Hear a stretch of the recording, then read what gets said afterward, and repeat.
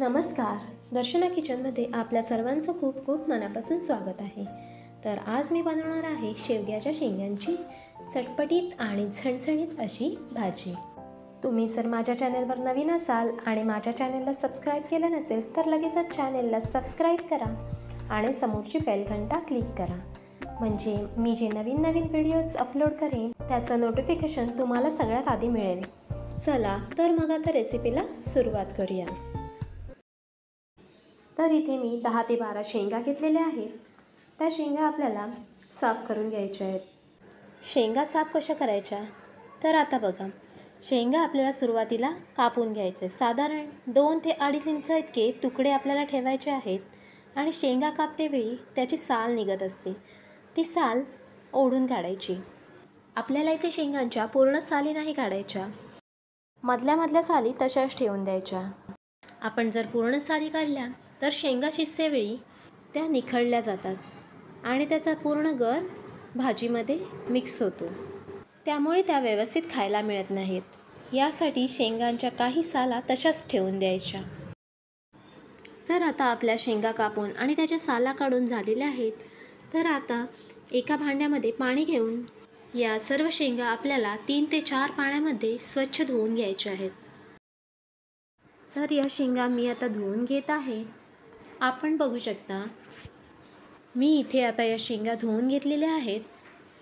गॅसवर आता कढई तापत ठेवलेली आहे. कढई छान गरम झाली की त्यामध्ये आपण 4 चमचे इतके तेल टाकून घेऊया. तेल छान गरम झाल्यानंतर त्यामध्ये आता आपण फोडणी टाकून घेऊया. त्यामध्ये आपण आता 1/2 चमचे मोहरी टाकून घेऊया. मोहरी छान तडतडल्यानंतर त्यामध्ये 1/2 चमचा जिरं घालून घेऊया. जिरंसुद्धा छान तडतडल्यानंतर त्यामध्ये आता आपण कांदा घालून घेऊया. कांदा तेलामध्ये छान परतवून घ्यायचा आणि आता कांदा लाल होईपर्यंत शिजवून घेऊया. गॅसची फ्लेम लो ठेवून आपल्याला कांदा शिजवून घ्यायचा आहे. त्यामध्येच 2 चिरलेल्या मिरच्या मी घालत आहे. तुमच्या आवडीप्रमाणे मिरच्या इथे कमी जास्त करू शकता. मिरच्या आता कांद्यामध्ये मिक्स करून घ्यायच्या आणि 2 ते 3 मिनिटांसाठी कांदा छान शिजवून घ्यायचा. आपण बघू शकता कांद्याला छान गोल्डन ब्राऊन कलर आलेला आहे. त्याच स्टेजला त्यामध्ये 1/2 चमचा हिंग घालायचा, 1/2 चमचा हळद घालायची, अर्धा चमचा धणे पावडर घालायची, 1/2 चमचा गरम मसाला घालायचा, 1 चमचा लाल तिखट आणि 1 चमचा घरगुती मसाला घालून घ्यायचा. आता हे सर्व मसाले कांद्यामध्ये छान मिक्स करून घ्यायचे आणि या मसाल्यांना तेल सुटल्यानंतर यामध्ये आपण ज्या कापून घेतलेल्या शेंगा आहेत त्या घालून घ्यायच्या.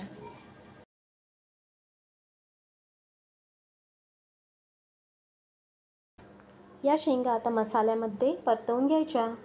या शेंगा मसाल्यामध्ये छान मिक्स झाल्यानंतर त्यामध्ये 1/2 ग्लास इतकं पाणी घालून घेऊया. आता शेंगा शिजण्यासाठी त्यावर 3 ते 4 मिनिटांसाठी झाकण ठेवून देऊ. झाकण त्यावर असं ठेवायचं आहे ज्यावर आपल्याला पाणी ठेवता येईल आणि तेच पाणी गरम झाल्यानंतर आपल्याला त्या शेंगांमध्ये ओतून घ्यायचं आहे. लक्षात ठेवा, आपल्याला इथे थंड पाणी अजिबात घालायचं नाही, गरम पाणीच त्यामध्ये आपल्याला ओतून घ्यायचं आहे. तर इथे 3 ते 4 मिनटं झालेली आहेत. आपण त्यावरचं झाकण काढून घेऊ. आपण बघू शकता शेंगांना मस्त अशी वाफ आलेली आहे. या शेंगा आता परतवून घ्यायच्या, अगदी वर खाली अशा करून घ्यायच्या. यामध्ये जर का पाणी कमी झाले असेल तर वाफेवरचं पाणी यामध्ये टाकून घ्यायचं. तुम्हाला भाजी किती वाढवायची आहे त्याप्रमाणे इथे तुम्ही पाणी ॲड करू शकता. थंड पाणी आपल्याला अजिबात टाकायचं नाही, पुन्हा वाफेवर पाणी ठेवायचं आणि यामध्ये ओतायचं. तर शेंगा इथे शिजलेल्या आहेत. त्यामध्येच आपल्याला इथे टॅमॅटो घालून घ्यायचा आहे. मी इथे एक बारीक चिरलेला टोमॅटो घालून घेतला आहे. त्यामध्येच आपल्याला अर्धी वाटी किसलेलं ओलं खोबरं घालून घ्यायचं आहे. तसंच त्यामध्ये चवीनुसार मीठ घालायचं आणि थोडासा गूळ घालून घ्यायचा. गूळ घातल्यामुळे शेंगांना चव अगदी छान येते. तिखट गोड अशी मस्त चवीची भाजी तयार होते. आता यावर पुन्हा 2 ते 3 मिनिटांसाठी झाकण ठेवून द्यायचं आहे आणि त्या झाकणावर पुन्हा पाणी ठेवून द्यायचं.